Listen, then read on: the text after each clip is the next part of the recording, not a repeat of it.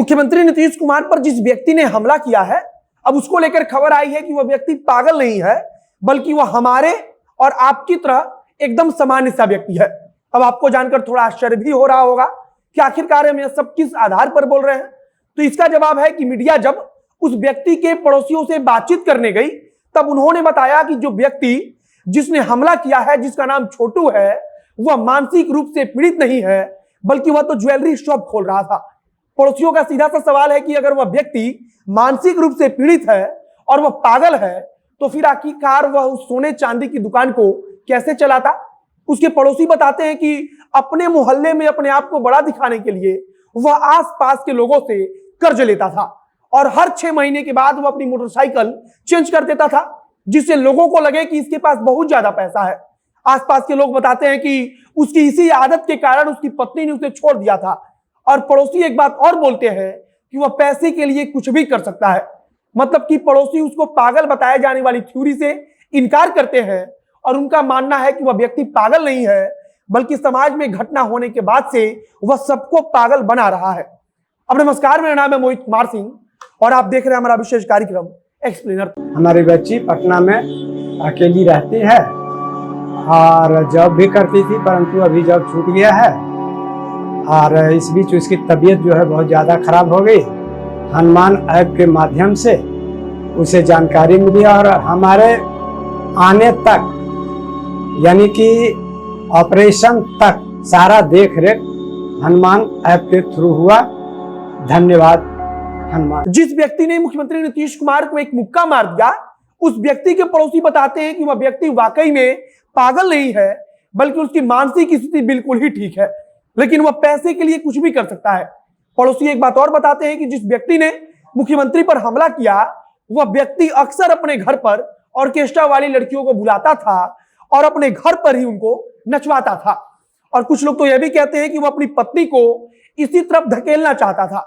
मतलब कि वह अपनी पत्नी को भी ऑर्केस्ट्रा के साथ जोड़ना चाहता था और उसे नचवाना चाहता था। और इसी बात को लेकर झगड़ा भी हुआ तथा पत्नी की तरफ से उसके ऊपर मामला भी दर्ज कराया गया था। पड़ोसी मानते हैं कि उसका मन बढ़ा हुआ है, लेकिन मुख्यमंत्री पर हमले के बाद से समाज में अफवाह फैला दिया गया कि वह मानसिक रूप से बीमार है और मानसिक रूप से परेशान चल रहा है। पड़ोसी कहानी बताते हैं कि पत्नी ने अपने आप उसे नहीं छोड़ा है, बल्कि यह पत्नी के साथ ऐसा व्यवहार करता था कि उसे मजबूरी में छोड़कर जाना पड़ा और आसपास के लोगों से उसकी बिल्कुल भी नहीं बनती है। यह बात भी उसके पड़ोसी बता रहे हैं। कर्जा लेकर दिखावा करना इसका पेशा था।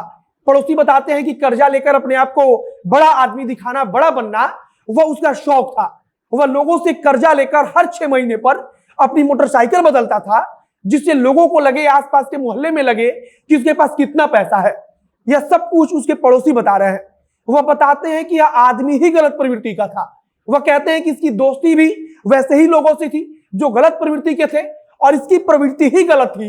यह आदमी बिल्कुल भी ठीक नहीं था।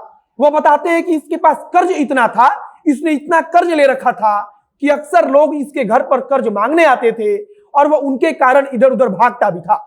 वह पड़ोसी बताते हैं कि वह कुछ दिनों में ज्वेलरी शॉप खोलने वाला था, जिसका उद्घाटन होने वाला था। और अब पड़ोसी सवाल पूछते हैं कि आखिरकार जब वह पागल था, जब उसकी मानसिक स्थिति ठीक नहीं थी, वह कुछ समझता नहीं था, तब वह उतनी बड़ी ज्वेलरी की शॉप कैसे संभालता, उसे कैसे चलाता। सवाल ठीक भी है कि अगर कोई व्यक्ति मानसिक रूप से पीड़ित है, वह पागल है, तो फिर सोने चांदी की दुकान वह कैसे चला सकता है। पड़ोसी बताते हैं कि वह डीजे और ऑर्केस्ट्रा में काम करता था और उन्हीं लड़कियों को घर पर बुलवाकर नचवाता भी था। पड़ोसी इस बात को मानने के लिए बिल्कुल भी तैयार नहीं है कि वह मानसिक रूप से बीमार है, लेकिन पुलिस विभाग को यह तुरंत मालूम चल गया कि वह व्यक्ति मानसिक रूप से परेशान है, पागल है, मानसिक रूप से बीमार है। और पड़ोसी कहते हैं कि पागल होने का पूरा एक कहानी बनाई गई और यह पूरी कहानी समाज में फैला दी गई कि वह व्यक्ति पागल है।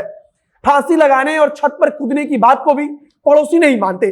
उनका कहना है कि यह सब कुछ कब हुआ हमें नहीं पता। वह इस बात से थोड़ा भी मतलब नहीं रखते हैं। उनका कहना है कि यह सब कुछ झूठ है। बाकी पुलिस की तरफ से कहा गया है कि वह व्यक्ति पागल है और आगे जांच चल रही है। तो अब देखते रहिए कि आगे जांच रिपोर्ट में क्या कुछ कही जाती है। लेकिन अब तक मीडिया में जो खबर चल रही है उनके पड़ोसियों के हवाले से कि वह व्यक्ति पागल नहीं है, बल्कि वह व्यक्ति गलत प्रवृत्ति का इंसान ही था और वह पैसे के लिए कुछ भी कर सकता था। बाकी आगे कुछ भी अगर नया अपडेट आएगा तो उसे हम आप तक जरूर पहुंचाएंगे। इस वीडियो को ही समाप्त करते हैं।